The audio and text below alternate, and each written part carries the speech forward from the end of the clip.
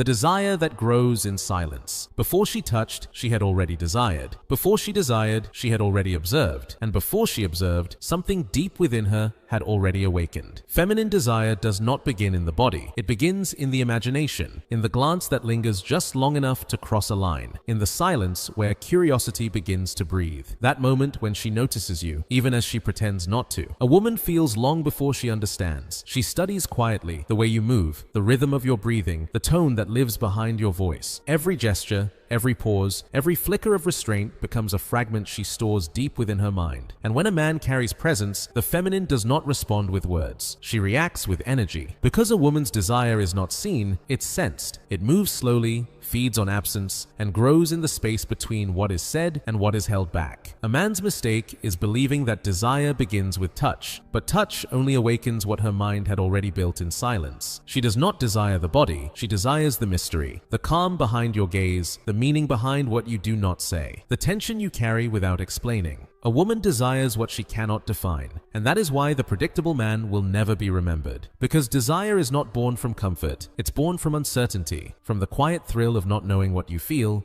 yet sensing that somehow you already know what she feels. Female desire is like fire beneath ice. It burns, but it hides. She doesn't reveal, doesn't explain, doesn't chase, she observes. And every absence, every silence, every controlled pause becomes meaning in her world. A woman does not desire with her body, she desires with time. That's why the impatient man awakens nothing more than shallow curiosity. But the man who moves with calm certainty, who speaks little yet radiates command, that man plants the seed of fascination. And fascination is the beginning of desire. Before we continue, tell me in the comments, where are you listening from? And how old are you? I want to know where the men are who understand that true power is not in the touch, but in the energy that precedes it. And if you're not yet part of this brotherhood, subscribe. Here, we explore what few men dare to study: the female mind and the power of masculine presence. Level 1. Curiosity. Everything begins the moment she notices you. It is not desire yet, not even attraction. It's only the silent awareness of a different presence in her space. Something moves inside her, so quietly that even she doesn't realize it. Female curiosity is like a distant lighthouse. It doesn't light up the whole sea, but it shines just enough to show her the outline of something unknown. She begins to observe, not in a hurry, not with a plan. She looks at the man when he is not looking. She listens to the tone of his voice, the way he holds himself in a crowd, the calm confidence in his movements, and in that small act of observing, something inside her starts to wake up. It's a tiny magnetic pull between her gaze and her thoughts. Because a woman does not desire what she fully understands, she desires what intrigues her, and curiosity is the first step toward that fascination. She doesn't want him yet, she simply notices that she could. It's the beginning of her imagination, painting him not as a lover, but as a possibility. At this stage, the man is still just an idea, but an idea with a scent, a rhythm, a certain weight. She watches him talk, walk, smile. She remembers details he would never think twice about: how he holds a glass, how he leans forward when someone speaks, how he seems perfectly at ease in his own silence. Her body hasn't reacted yet, but her mind has begun to build something. And when a woman's mind starts to build, time does the rest. Because curiosity is the first movement of her energy, the moment she begins to include you in her private world of imagination. The curious woman is like someone hearing a new song without knowing why she likes it. She doesn't decide to feel, she simply feels. And that effortless feeling is dangerous, because whatever begins without intention is usually what she can never control. The wise man understands this first level. He knows that feminine desire does not grow from pressure, but from the space he creates with his calm presence. That's why the silence of the right man speaks louder than the words of the wrong one. She isn't desiring you yet, but if she's noticed you, the seed has already been planted. And if you resist the urge to rush, if you let her curiosity breathe, it will begin to grow on its own. Level 2. Interest. Curiosity transforms the moment she realizes she's thinking about you, even when she doesn't want to. The gaze that once observed from afar now begins to search. She still pretends she hasn't noticed, still plays calm, still tries to stay in control, but her thoughts keep circling back to that moment she first saw you. Female interest is like a spider web woven in silence. She doesn't chase, she allows.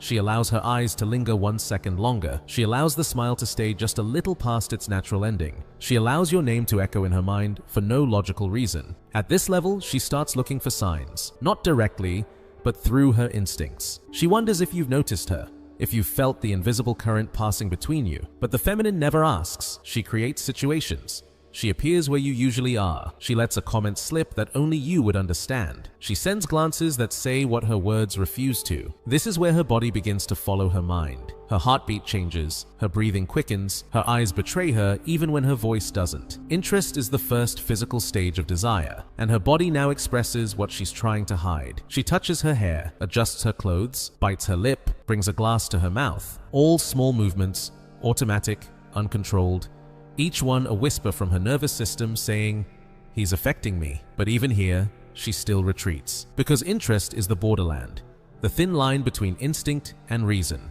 She wants, but she's still convincing herself she doesn't. She feels, but she defends herself from her own feeling. And it's here, in this fragile contradiction, that a man either loses her completely or awakens something far deeper. The ordinary man reacts immediately. He gets excited. He rushes, he compliments, he breaks the invisible rhythm, and the interest dies because the mystery dies. But the lucid man, the one who understands this level, does the opposite. He keeps his rhythm, he keeps his calm, he keeps his silence. He doesn't reveal, doesn't chase, doesn't rush. He lets her discover by herself what is happening inside her. And that is how interest becomes fascination. A woman doesn't fall in love when she's reciprocated. She falls when she doesn't understand what she's feeling, because the unknown feeds desire, and the man who knows how to live in that unknown without fear, without haste, is the man she cannot forget. Have you ever noticed when a woman starts looking at you differently? That look she tries to hide but can't completely? Comment below, because that change in her eyes is the first sign that reason is beginning to lose control. Level 3. Fantasy and mental desire. Everything that began as curiosity and slowly grew into interest now enters the most powerful territory of all, the mind. Because a woman's desire, unlike a man's, does not begin with touch. It begins with the idea of touch. This is where her imagination takes control, where her thoughts start creating what reality hasn't yet given her. She begins to build silent scenes, moments that may never happen but are powerful enough to feed what she feels. She imagines his voice closer, the distance shrinking, their breathing falling into the same rhythm. She imagines the gaze, the tension, the possibility of what it would be like to be near him without ever having been. This is the stage of mental desire, the most dangerous form of all, because the body remains still, but the mind has already surrendered, and sooner or later the body obeys the mind. Now she begins to notice everything that reminds her of him. A scent in the air, a random song, a certain time of day. Every tiny detail becomes a trigger, a silent echo of his presence. When a woman enters this level, she no longer desires the man in front of her. She desires the man she has created in her mind, and that man is perfect, mysterious, unshakably calm. He looks at her in silence and somehow understands everything she never said. Fantasy is the sacred ground where the feminine projects her ideal masculine. And from that moment, the real man she sees is compared against the image she imagined. This is why the wise man never hurries. He knows that if she has imagined him, half the path has already been walked. Because once a woman imagines, she connects. Her mind reacts to his presence even when he isn't there. Desire begins to exist in absence, and absence is the most fertile soil for imagination to bloom. That is why fantasy is both delicate and dangerous. Because the man hasn't done anything yet, but he already lives in her thoughts. And when a man enters a woman's mind, he doesn't need to touch her to be felt. Her body already recognizes him. If you've reached this far, tell me in the comments, which of these levels do you think is the most dangerous? Because mental desire is invisible, but once it takes root, it's the hardest to extinguish. Level 4. Temptation. Temptation is the moment when thought stops being safe. Until now, everything existed only in her mind, silent, controlled, imaginary. But now, the body begins to feel what the mind had only dared to picture. The mind tries to resist, but the body speaks another language, a language older than logic, older than civilization itself. It's the invisible touch, the shiver that arrives before contact, the gaze that lingers too long, the breath that changes rhythm for no reason at all. This is where control begins to collapse, where the wall between reason and impulse starts to crack. At this level, she is divided. She knows she's being pulled toward him, yet tries to convince herself she's not. She distracts herself. She changes the subject. She avoids his eyes, but inside her, the awakening is complete. And when the feminine awakens, there is no argument, no logic that can send it back to sleep. Temptation is the landscape of divided consciousness. Her heart races, her breath shortens, and she whispers to herself, "Why am I feeling this way?" But no answer comes, because desire is not rational. It doesn't ask for permission, it invades. She thinks about him when she wakes. She feels the absence of something she's never even had. She fights against her own body as if it belonged to someone else. And it's here, right here, that most men destroy everything. The impatient man mistakes her gaze for an open door. He rushes, he forces, he breaks the rhythm. And in that moment, her desire collapses. Because feminine desire cannot survive haste. It blooms only in tension, in the slow dance between danger and restraint. Temptation is that danger, the thin line between wanting and resisting. The lucid man understands the power of that silence. He doesn't push, he doesn't grab, he waits. He knows timing is everything. He knows temptation is not proof of control, it's proof of trust being born. And trust is built through calm rhythm, not chaos. Temptation is the fire hidden beneath the ice. Outside, she appears cold, composed, but inside, everything burns. She's torn between the fear of losing control and the curiosity of what would happen if she finally stopped fighting it. And it's right there, in that fragile space between fear and surrender, that desire becomes unforgettable. Because temptation is not the act itself, it's the prelude to the act, the moment when energy is at its peak precisely because it's still contained. And the man who understands this truth knows he doesn't need to advance to win. Because what the feminine truly craves is not to be touched in haste, but to be felt, with mastery, with presence, with patience, powerful enough to make time itself hold its breath. Level 5. Control. After temptation invades her, something changes inside her. The woman begins to realize that the desire which once ruled her can now be directed, shaped, used. The fire that once frightened her slowly turns into a tool. The gaze, the smile, the silence, everything that once made her vulnerable now becomes her weapon. Here, desire stops being weakness and becomes art. She no longer wants only to feel, she wants to see how deeply she can be felt. And her body, now aware of its effect, moves with intention. The approach is measured, the smile is calculated. Every word is placed carefully, as if it carries an invisible message meant only for him. But make no mistake, feminine control is not coldness. It is choreography. It is art. She isn't manipulating out of malice, she's exploring her own influence. She wants to confirm it, to see if he senses it, if he resists it, if he reacts the way her desire predicts. The game turns into a dance. She provokes, she withdraws, she observes, she repeats. And with every move, the tension grows, because nothing is ever fully surrendered. This is where most men fail. The ordinary man collapses under the pressure of her tests. He gives in too quickly. He tries to please. He hands over control, and with that, he hands over respect. But the lucid man, the one who truly understands the feminine mind, recognizes the movement for what it is, a test. He doesn't react, he doesn't chase. He remains unmoved, not because he's indifferent, but because his power is centered. He knows that true masculinity is not about controlling her, but about not losing himself when she tries to. And that is what makes her respect him. Because in that calm firmness, she senses something greater, mastery. And mastery destabilizes her. The control she thought she possessed starts to dissolve before his stillness. It becomes a silent collision between two opposite forces, the feminine that seeks to test her power, and the masculine that proves his without ever raising his voice. This level is dangerous, because now the woman is fully conscious of her own desire. She knows what she awakens, she knows what she provokes. She knows she is the center of attention, and she enjoys it. But the more she controls, the more she becomes bound by her own energy. Because desire, once turned into power, stops being light, and what was once pleasure starts to feel heavy. Have you ever noticed a woman desiring you while pretending not to? When her eyes say everything her words try to hide. That is this level. She's no longer the woman who simply observes. She's the one who tests. And the man who understands this never competes for control. He doesn't argue, doesn't prove, doesn't chase. He simply observes, breathes, and allows the dance to unfold. Because in the end, control never belongs to the one who tries to dominate. It belongs to the one who doesn't need to prove that he already does. Level 6. Hunger and the need to possess. There comes a point when desire stops being delicate.